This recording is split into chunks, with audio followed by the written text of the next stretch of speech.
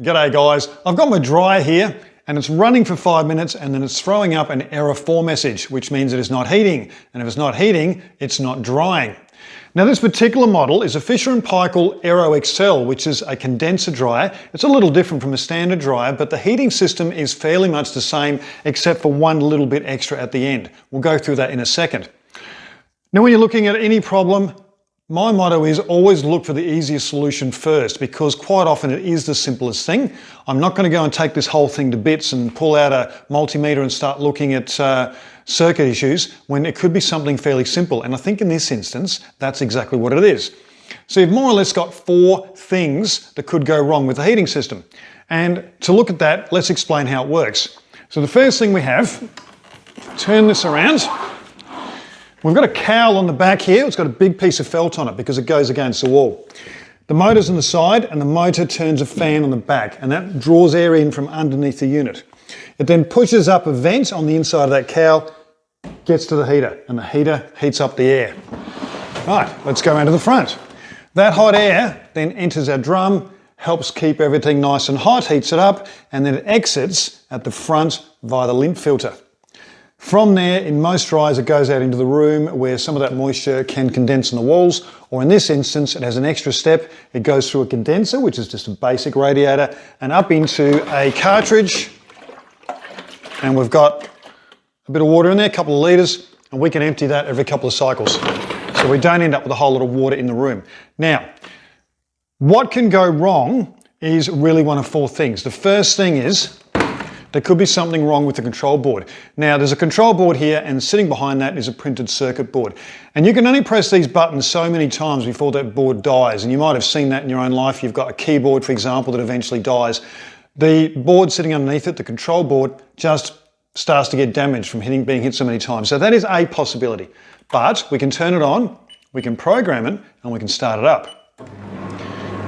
And given we can do that, that sort of rules it out. It's unlikely to be that I can get it started, but just the heating part won't work. If I let that go, in 5 minutes, that error 4 message would pop back up. So I'm going to say it's probably not that. The next thing it could be is the heater itself. Now that's a standalone unit at the back. We'll take a look at that in a minute. It could wear out, but there's really nothing to wear out. So unless there's some sort of been fried from some sort of surge of electricity, it's not that likely. It is a possibility. It's also a possibility, the third thing, and that is some wiring has become damaged. That could be, if you've got one sitting outside, there could be rats or mice chewing on it. If you've just gone through a house move, it could have been damaged in the move. So there's a possibility that you could have a wiring problem. And the fourth one could be your thermostat and the relay switch at the back. So there's a thermal cutout in the back of these. We're going to look at that in a minute. And what you have in this dryer, I believe there are 4 thermostats, different dryers, probably different designs. And the thermostats are basically a heat sensor.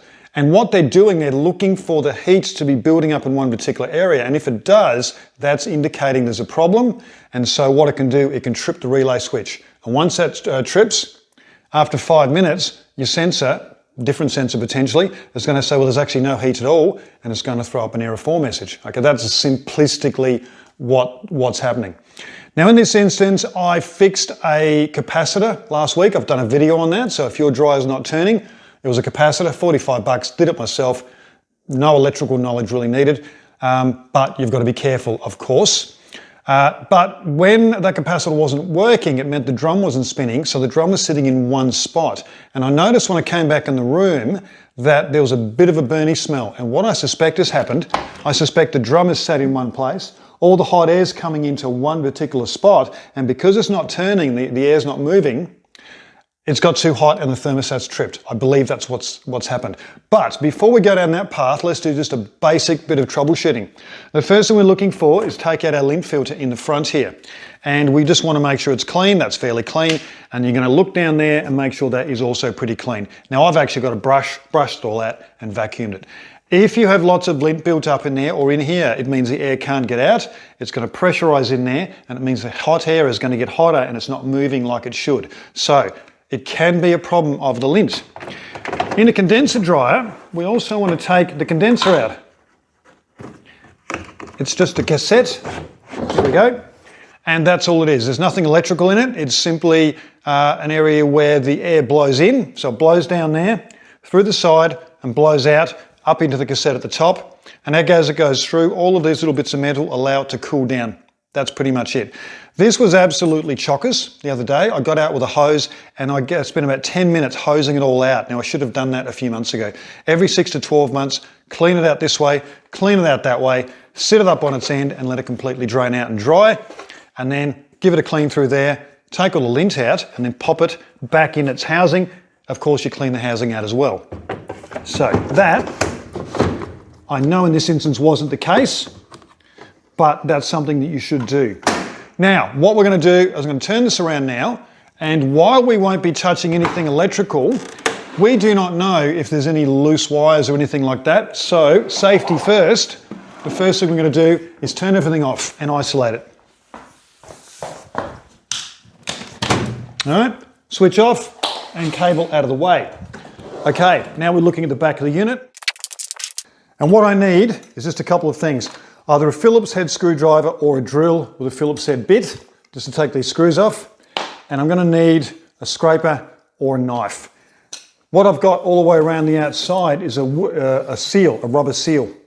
Now I've had this off a couple of times because I fixed the wheels in this a couple of years ago, and I fixed the capacitor last week, so I know that rubber seal has started to deteriorate. And what you can do is just run a bead of silicone around it, and what that means is it's going to stick. So I've got the scraper to scrape around once the screws come off, and then maybe the knife to pry it open. And then what I'll do when I'm putting it all back together is I'll run another bead of silicone around it as well, and I'll show you why we need to do that in a minute. I will just point out that we've got a locating tab here, a plastic one.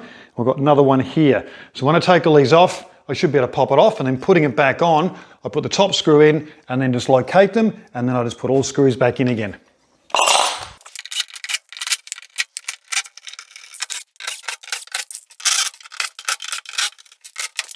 Okay, so all the screws are off. I will pry this a little bit. Yeah, it's not too bad. Yeah, there we go. Okay, and you can see what I mean, that we've got some of this black stuff around here, and in between I've got a bit of silicone. So what I'll do when I put it back together again, I'll put a bit more silicone on and put it back. Now the reason we have that silicone is because air's drawn up underneath through this fan. It's pushed up into this housing and into the heater unit, and from there into the unit itself. So this is the heater, this is the fan. The reason that housing is sealed is because we don't want that air pushing out into other areas, which is going to decrease the pressure put in here, and it's going to have an impact on the operation of the dryer. Now what I want to draw your attention to is this right here. So we've got some wiring coming from the internals through to the top of the heater. Now I am touching the wiring. What if that was damaged? That's why I don't want this thing plugged in when I'm playing with it. We've got this thing right here. That is a simple switch, and that is your reset. It's basically a relay, and if the thermostat anywhere in the system trips, that's going to pop out. All I've got to do, there we go, is press it in. You might not even hear a click. I didn't hear that click, but I could just feel it go pop. So I'm fairly sure that that's fixed the issue. Now here's the thing. I can't test it until I put the whole thing back together again. And the reason for that is because this system's going to run for 5 minutes before it gives me an error 4 message. There's a delay. In that 5 minutes, if I've got the back off, air is not blowing in here. It's not blowing into the drum. So you're going to have the same problem again, is heat's going to build up just in the inside there and the thermostat's going to pop. So to test this properly, I've got to put the cowling back on, and then I can turn it on, and in 5 minutes from now, I'm going to know if it works properly. Now, I'm going to put this all back together, which will be a pretty quick process. And before I do that, I'm going to put a really small amount of silicone underneath the bit of black that's come away.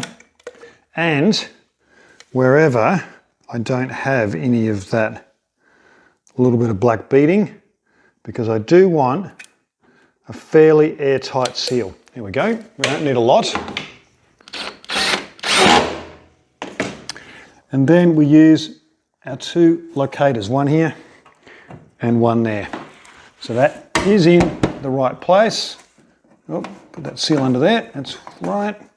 And then we just put it all back together again. And this really is quite a quick job.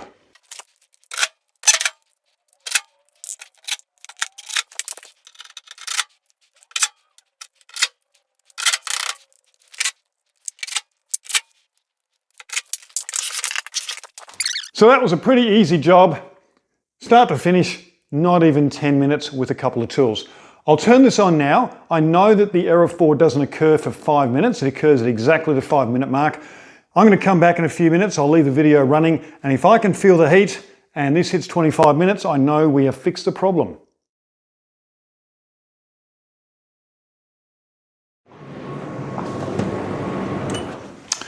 Okay, proof's in the pudding. It's run for more than 5 minutes and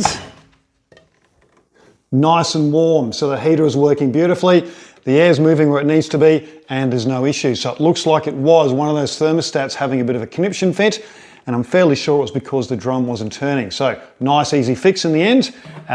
10 minutes, couple of tools. You're not even touching electrical, and most people can do this themselves fairly easily. If it's not that, well, okay, you've got a bigger problem, but that's another video perhaps. All right guys, I do appreciate a like, even a subscribe if you like the content, but at the very least, hopefully that was useful to you. Till next time, happy fixing. See ya.